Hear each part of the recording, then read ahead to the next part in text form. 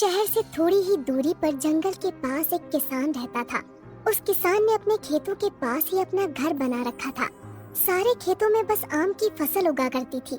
उसे आम बेचकर बहुत ज्यादा आमदनी होती थी और वो शहर जाकर सारे आम थोक में बेच आता था। शहर और आसपास के सभी लोग उसे आम वाला कहकर पुकारते थे।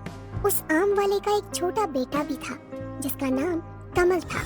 कमल शहर में रहकर नौकरी करता था और जब कभी भी उसका मन होता था तो वो अपने पिता के घर आ जाता था, क्योंकि शहर से उसका घर बस थोड़ी ही दूरी पर था।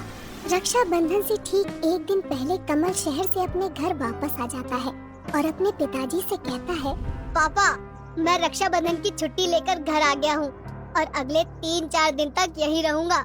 वो आम वाला कहता है, हाँ बेटा, तुम अंदर जाकर आराम करो, मैं जरा खेत देख कर आता हूँ।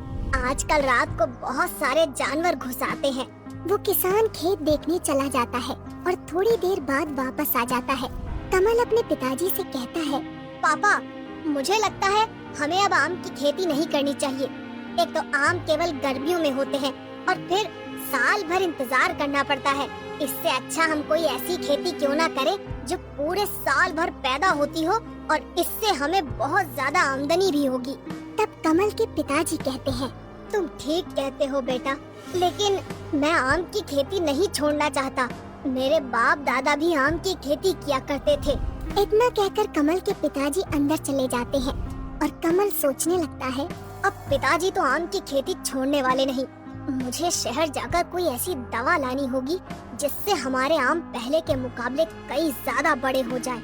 इसके बाद रक्षाबंधन की छुट्टियां खत्म हो जाती हैं और कमल वापस शहर चला जाता है।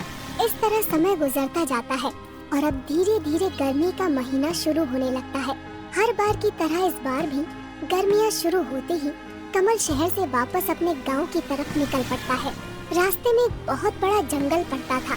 कमल जंगल से गुजर रहा था कि तभी उसे एक पेड़ के नीचे संत महात्मा दिखाई देते हैं।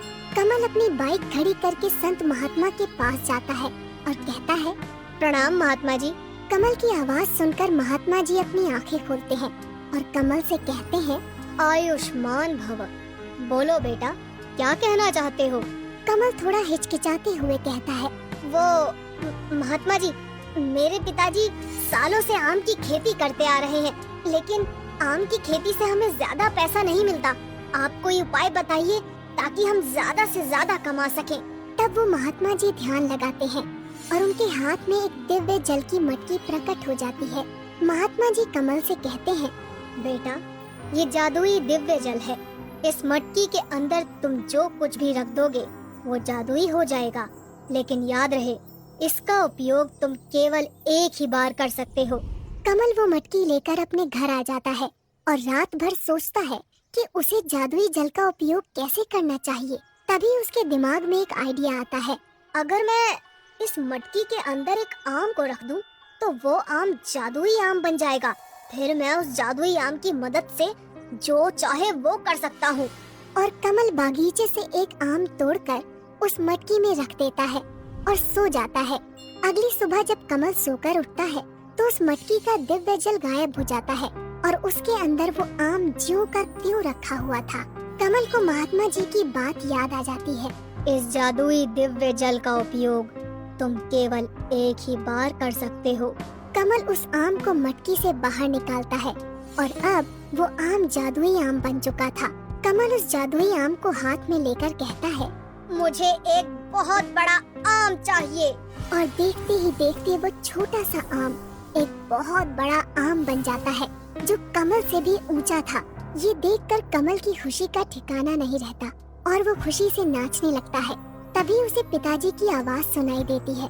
कमल तुरंत उस आम को वापस से छोटा करके अपने बैग में छुपा लेता है और अपने मन में सोचता है, पिताजी तो बहुत सीधे साधे आदमी हैं। अगर उन्हें इस जादुई आम के बारे में पता चल गया तो गड़बड़ हो सकती है। मुझे यहाँ से दूर वापस शहर जाना होगा। और अगले ही दिन कमल शहर जाने लगता है, लेकिन इस बार वो पैदल शहर को जा रहा था।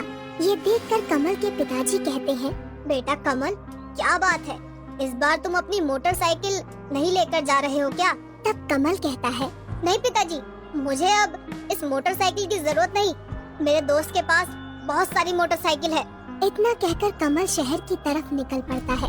जंगल में पहुंचते ही कमल अपने बैग से वो जादुई आम बाहर निकालता है और उससे कहता है, मुझे एक जादुई विशाल आम की बाइक चाहिए। और देखते ही देखते वो आम एक बहुत बड़ी आम की बाइक बन जाता है।